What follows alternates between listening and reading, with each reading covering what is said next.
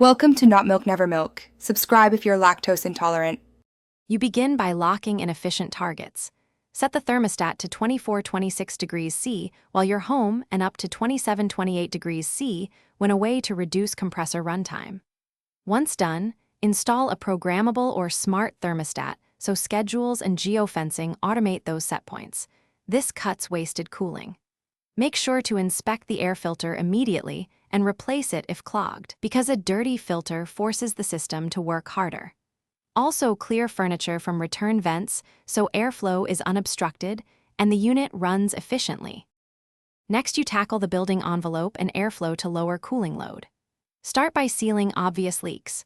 Caulk around windows, weather strip doors, and insulate attic spaces and ductwork so cooled air isn't lost. This reduces runtime.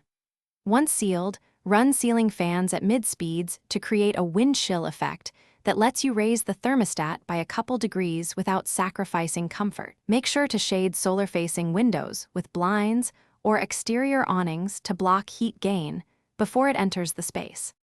Finish by maintaining and verifying system health.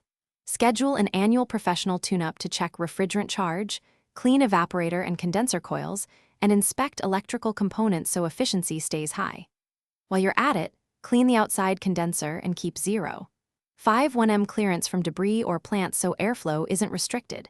If you notice uneven cooling or short cycles, start troubleshooting. Check for duct leaks and unbalanced dampers. Confirm thermostat placement, and if cooling is weak, consider low refrigerant. Call a pro for sealed system issues. Thanks for watching. If this was helpful, leave a like and consider subscribing. See you next time.